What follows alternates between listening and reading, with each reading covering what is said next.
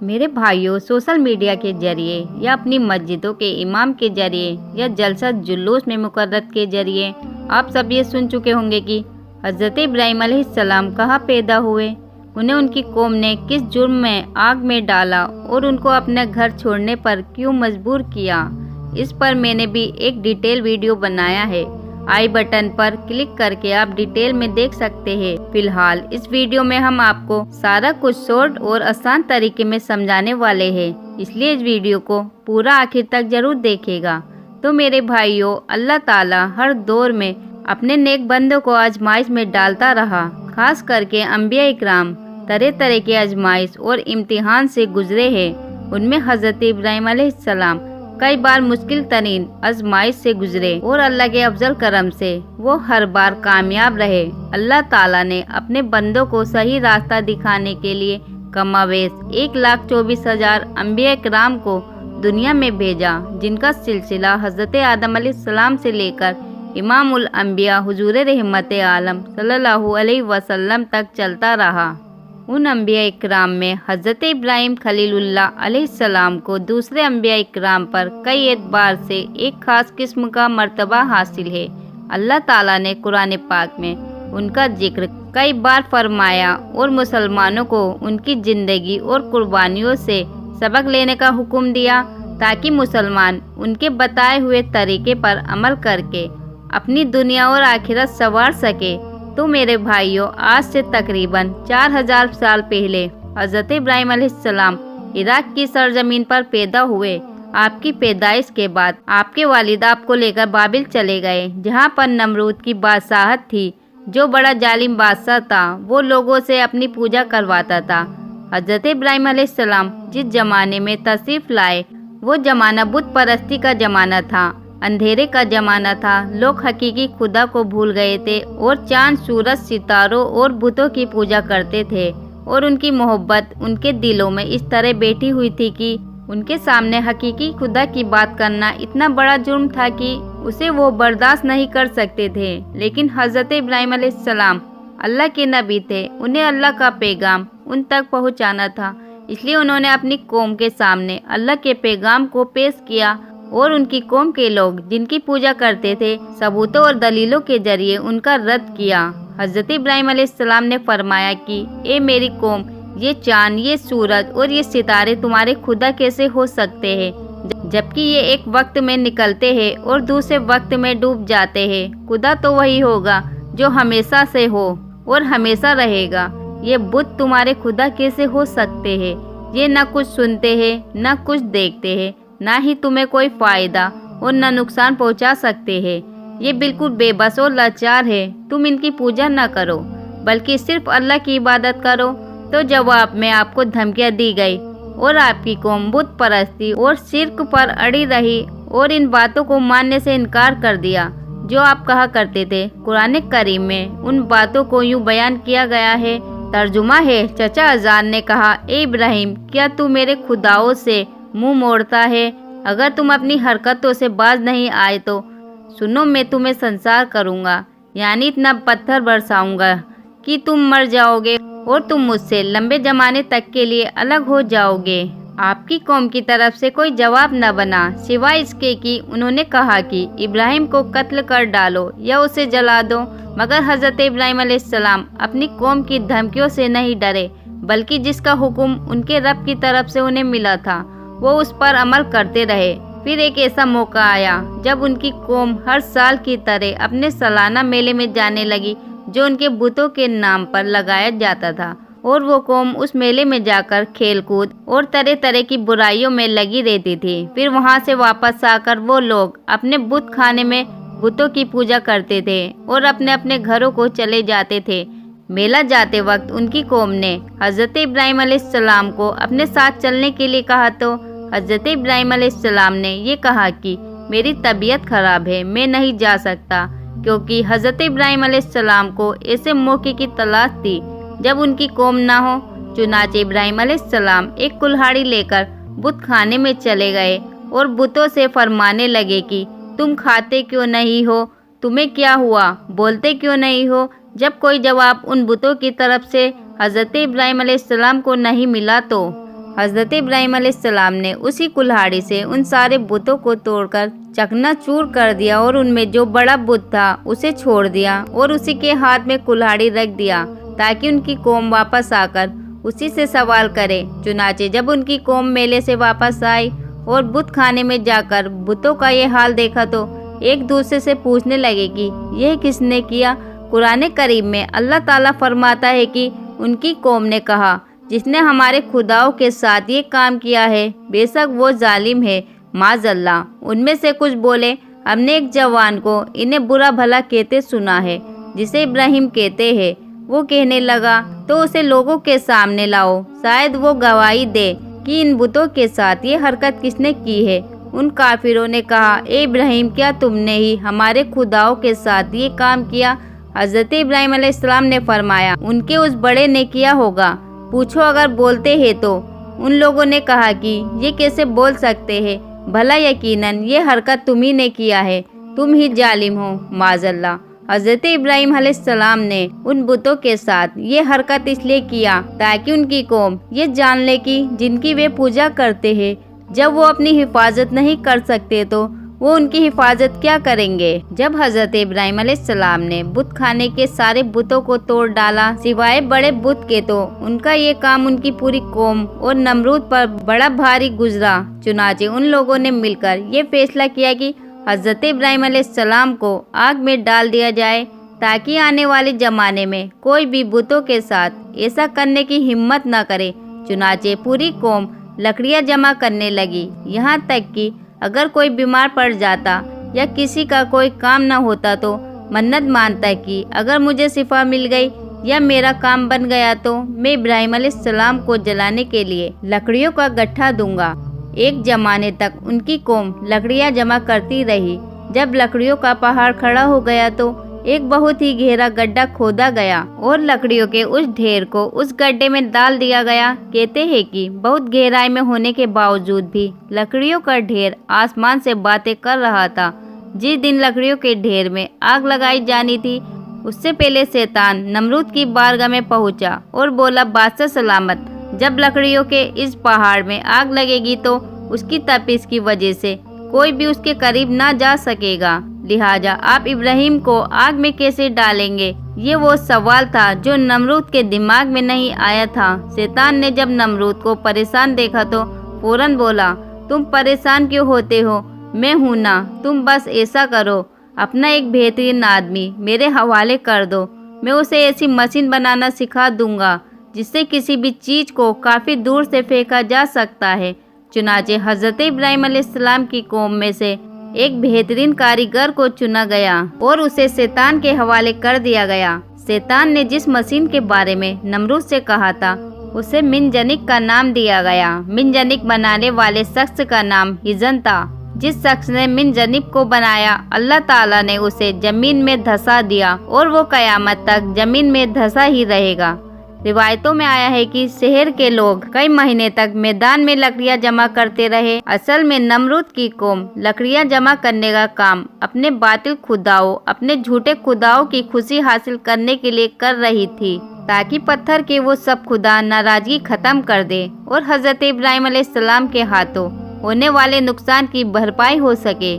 لکڑیاں جمع کرنے کے بعد 7 دن اور 7 رات پوری قوم اس میں آگ لگا کر اسے بھڑکا رہی، یہاں تک کہ اس کے شعلے فضا میں آسمان تک اس طرح بلند ہو گئے کہ اگر کوئی پرندہ اس آگ سے گزرتا تو جل جاتا۔ آگ بہت زیادہ بھڑک رہی تھی۔